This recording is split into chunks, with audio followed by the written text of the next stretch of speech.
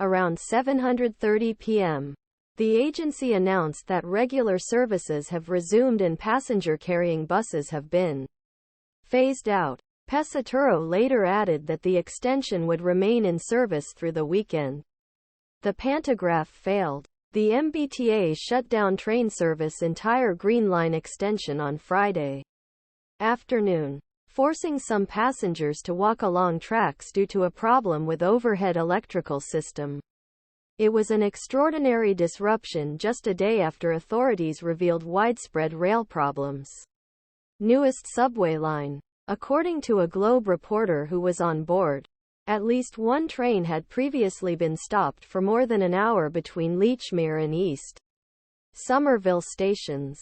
T employees then evacuated all passengers, perhaps 100 people, and marched them along the tracks to exit. In that case, Friday's closure was the latest headache for passengers on the extension, which has endured several weekends of closures and slow zones that force trains to run at walking pace. The extension was fully opened less than a year ago.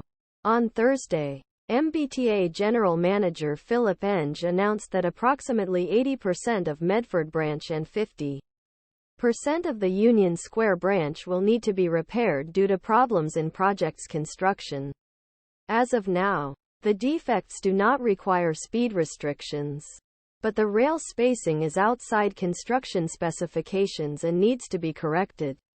Enge said, the root of rail problem appears to be ties, which are wooden supports running perpendicular to rails, each with two metal plates that hold rails in place and determine distance between rails. Enge said, in many areas, license plates are in the wrong place other than what is stated in the contract. Enge said, the first warnings about the incorrect measurement came to T's attention in April 2021. Enge said, this is a situation I've frankly never seen before, said Robert Halstead, New York-based rail accident reconstruction expert for Ironwood Technologies.